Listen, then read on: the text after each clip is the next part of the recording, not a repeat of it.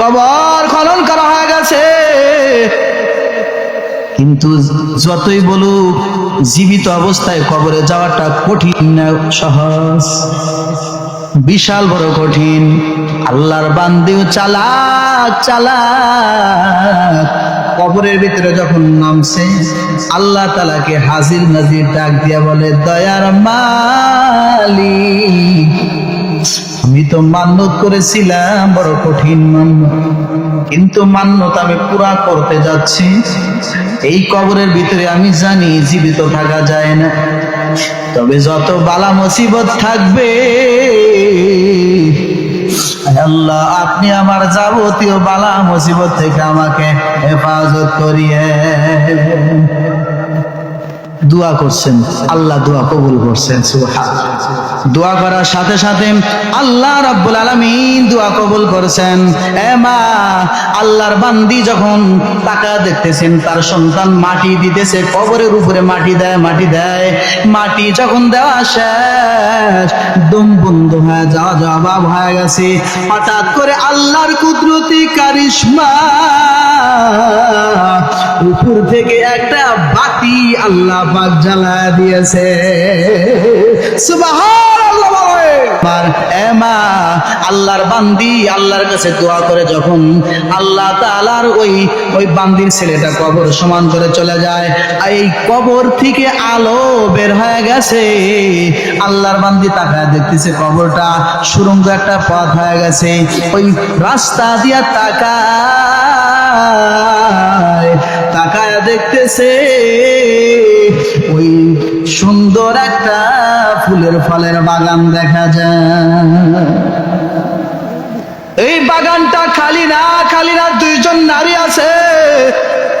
দুইজন নারী হলো, একজন নারী খুব আরামায়েশে আছে, তার মাথার উপরে পাখা দ্বারা বাতাস করতেছে, আর একজন নারীর মাথার উপরে কাক ঠোকর দিয়া দিয়া গোশত তুলতেছে।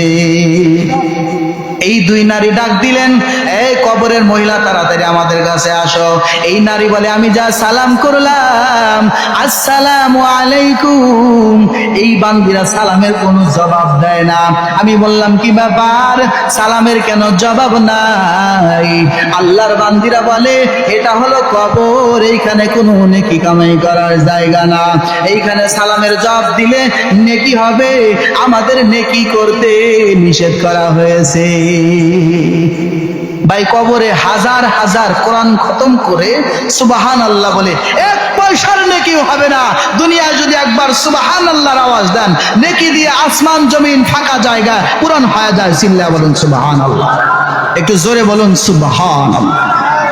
মুসলমান ভাইরা, এই মহিলা যখন বলতেছে, আরে তাহলে কি তোমাদের এই অবস্থা কেন?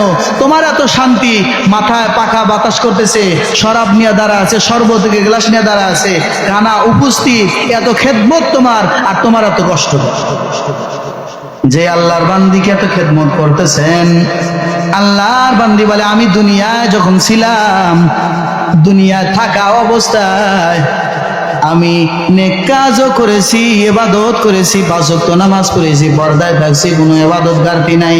এরপরে আমার যে স্বামী ছিল, আমার স্বামীর আনুগত্য করেছি। আমি যখন মারা যাই, আমি আমার স্বামীর প্রতি সন্তুষ্ট ছিলাম, স্বামী আমার প্রতি সন্তুষ্ট ছিল। সুবহানাল্লাহ। স্বামী আমাকে ক্ষমা করে দিয়েছে, আমিও স্বামীকে ক্ষমা করেছি, বিদায় আল্লাহ মাঝখান থেকে খুশি হয়ে জান্নাতি বানায়া দিয়েছে। আর একজন নারীকে বলে, তোমার কেন এই অবস্থা, তোমার মাথায় কেন কাকের ঠোকর দিয়ে দেয়, কেন গোস্ত খায়, তুমি তো মারাত্মক ধরনের বিপদগামী হয়ে আছো। আল্লাহর বান্দি বলে, আমি দুনিয়ায় নামাজ পড়েছি, রোজা করেছি, পর্দা করেছি, সব ইবাদত করেছি, কিন্তু একটা সমস্যায় ছিলাম, আমি আমার স্বামীর প্রতি সন্তুষ্ট ছিলাম না, স্বামী আমার প্রতি সন্তুষ্ট ছিল না। যখন মারা যায়, আমার স্বামীকে আমি মাফ করে দিয়েছিলাম, কিন্তু স্বামী আমাকে ক্ষমা করে নাই। এ মহিলা, তোমার যখন 7 দিন পুরা হয়ে যাবে, যাইবা যাইবা